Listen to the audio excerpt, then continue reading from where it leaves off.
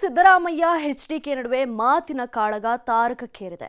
ಪ್ರತಿ ವಿಷಯಕ್ಕೂ ಎಚ್ಡಿಕೆಯನ್ನ ಕೆಣಕುತ್ತಿರುವ ಸಿಎಂಗೆ ದಳಪತಿ ಕೌಂಟರ್ ಕೊಟ್ಟಿದ್ದಾರೆ. ಸುಳ್ಳು ನಿಲ್ಲಿಸಿ ಅಭಿವೃದ್ಧಿ ತೋರಿಸಿ ಅಂತಲೇ ರೋಷಾಗ್ನಿ ತೋರಿಸಿದ್ರು.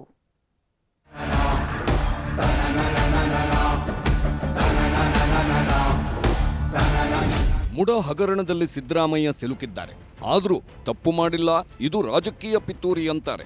ಇನ್ನೊಂದು ಕಡೆ ಗಂಗೇನಹಳ್ಳಿ ಡಿನೋಟಿಫಿಕೇಶನ್ ಕೇಸ್ನಲ್ಲಿ ಕುಮಾರಸ್ವಾಮಿ ಸಿಲುಕಿದ್ದು ನಿನ್ನೆ ಲೋಕಾಯುಕ್ತ ವಿಚಾರಣೆಯನ್ನು ಎದುರಿಸಿದ್ರು.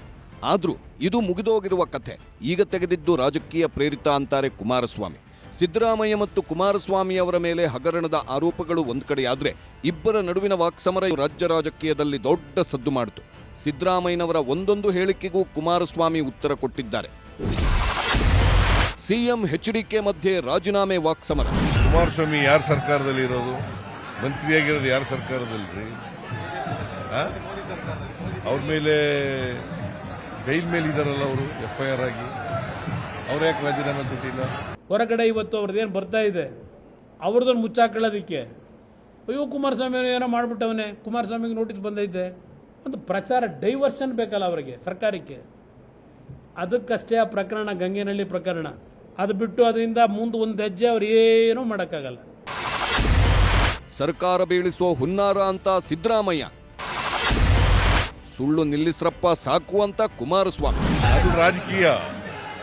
ನಮ್ಮ ಸರ್ಕಾರನ, ಕಾಂಗ್ರೆಸ್ ಸರ್ಕಾರನ ಅಸ್ಥಿರಗೊಳಿಸಲಿಕ್ಕೋಸ್ಕರವಾಗಿ ಮಾಡ್ತಾ ಇದೆ. ಈ ಸರ್ಕಾರವನ್ನು ಅಸ್ಥಿರಗೊಳಿಸಲಿಕ್ಕೆ ಬಿಜೆಪಿ, JDS ಷಡ್ಯಂತ್ರ ಇವೆಲ್ಲ ಪ್ರತಿನಿತ್ಯ ಭಜನೆ ಮಾಡಕ್ಕೆ ಶುರು ಮಾಡಿದಿರಿ. ನಮಗೆ ಜನ 136 ಸೀಟ್ ಕೊಟ್ಟು 5 ವರ್ಷ ಆಳ್ತ ನಡೆಸಲಿಕ್ಕೆ ಹೇಳಿದ್ದಾರೆ. ಹೌದಪ್ಪ, ನಿಮ್ಮ ನಾಯಕತ್ವ, ನಿಮ್ಮ ಎಫಿಷಿಯನ್ಸಿ ನೋಡೇ 136 ಸ್ಥಾನ ಕೊಟ್ಟು ನಡೆಸ್ರಪ್ಪ, ನೀವು ರಾಜ್ಯವನ್ನು ಮುಂದುವರಿಸಿ ಬಹಳ ಅಭಿವೃದ್ಧಿ ಮಾಡಿ ಅಂತಲೇ ನಿಮ್ಗೆ ಅಧಿಕಾರ ಕೊಟ್ಟಿದ್ದಾರೆ. ನಾನಿಲ್ಲ ಅಂತ ಹೇಳಲ್ಲ, ಆದ್ರೆ ನೀವು ಮಾಡ್ತಿರೋದೇನು ಮಾಡ್ತಾ ಇದ್ದೀರಿ? ಫಸ್ಟ್ ಟೈಮ್ ನನ್ನ ಮೇಲೆ FIR ಅಂತಿದ್ದಾರೆ ಸಿದ್ದರಾಮಯ್ಯ. ಬೇಕಾದಷ್ಟಿವೆ ಸಿದ್ದರಾಮಯ್ಯ ಅಂತಿದ್ದಾರೆ ಕುಮಾರಸ್ವಾಮಿ. ರಾಜಕೀಯ ಕೇಸ್ಗಳು ಇವತ್ತು ಮೊದಲನೇ ಸಾರಿ ನನ್ನ ಮೇಲೆ ರಾಜಕೀಯ ಕೇಸ್ಗಳು. ಪ್ಲೀಸ್ ಅಂಡರ್ಲೈನ್, ರಾಜಕೀಯ ಕೇಸ್ ಹಾಕಿರೋದು ಇದೇ ಮೊದಲನೇ ಸಾರಿ. ಹೇಳ್ತಾರೆ ಅವತ್ತಿನ ಲೋಕಾಯುಕ್ತ ನ್ಯಾಯಮೂರ್ತಿಗಳು, ಸಂಸ್ಥೆಯಲ್ಲಿ 7,000ಕ್ಕೂ ಅಧಿಕ ಪ್ರಕರಣಗಳು ದಾಖಲಾಗಿವೆ, ಜ್ಯೇಷ್ಠತೆಯ ಆಧಾರದಲ್ಲಿ ಪ್ರಕರಣಗಳ ವಿಚಾರಣೆ ನಡೆಸಲಾಗುತ್ತಿದೆ, ಯಾವುದೇ ಪ್ರಕರಣಗಳ ವಿಚಾರಣೆ ವಿಳಂಬ ಮಾಡಿಲ್ಲ ಅಂತ ಹೇಳ್ತಾರೆ. ಸಮಜಾಯಿಸಿ ಸಿದ್ದರಾಮಯ್ಯ ಅವರೇ, ಯಾವ್ಯಾವ ವರ್ಷದಲ್ಲಿ ಎಷ್ಟೆಷ್ಟು ಕೇಸ್ಗಳು ದಾಖಲಾಗಿದೆ ಅಂತಕ್ಕಂಥದ್ದು ಇದೆ. ಪಾಪ ಹೇಳ್ಕೊಂಡಿದ್ದೀರ, ಇದೇ ಮೊದಲನೇದು. ಗ್ಯಾರಂಟಿ ವರ್ಸಸ್ ಅಭಿವೃದ್ಧಿ ವಿಷಯದಲ್ಲೂ ಟಾಕ್ ವಾರ್. ನರೇಂದ್ರ ಮೋದಿ ಅಂತೇಳಿ ಈ ದೇಶದ ಪ್ರಧಾನಮಂತ್ರಿಯಾಗಿ ಅವ್ರು ಹೇಳಿದ್ರು, ಈ ಗ್ಯಾರಂಟಿ ಯೋಜನೆಗಳನ್ನ ಜಾರಿ ಮಾಡಕ್ಕಾಗಲ್ಲ. ಇನ್ನೂ ಒಂದು ಪದ ಏನ್ ಹೇಳಿದ್ರು ಅಂತಂದ್ರೆ, ಮಾಡಿದ್ರು ರಾಜ್ಯಗಳು ಆರ್ಥಿಕವಾಗಿ ದಿವಾಳಿಯಾಗ್ಬಿಡ್ತವೆ. ಕರ್ನಾಟಕದ ಬಿಜೆಪಿಯವರು, JDSನವರು ಒಂದು ವೇಳೆ ಮಾಡಬಹುದು ಚುನಾವಣೆಗೋಸ್ಕರ, ಆಮೇಲೆ ನಿಲ್ಲಿಸ್ಬಿಡ್ತಾರೆ. ಮಾತೆತ್ತಿದ್ರೆ ಗ್ಯಾರಂಟಿಗಳನ್ನು ನಾವು ಕೊಟ್ಟು ಸಹಿಸಲಾರದೆ ಬಿಜೆಪಿ, JDSನವರು ನಮ್ಮನ್ನು ಮುಗಿಸ್ಲಿಕ್ಕೆ ಹೊರಟಿದ್ದಾರೆ. ನಾನೊಬ್ಬ ಹಿಂದುಳಿದ ಮಹಾನ್ ನಾಯಕ, ವರ್ಗದ ನಾಯಕ, ನನ್ನನ್ನು ಮುಗಿಸ್ಬೇಕು ಅಂತ ಹೊರಟಿದ್ದಾರೆ. ಹೊಟ್ಟೆ ಕಿಚ್ಚು ನೋಡ್ತೀನಿ ಡೈಲಾಗ್ನ.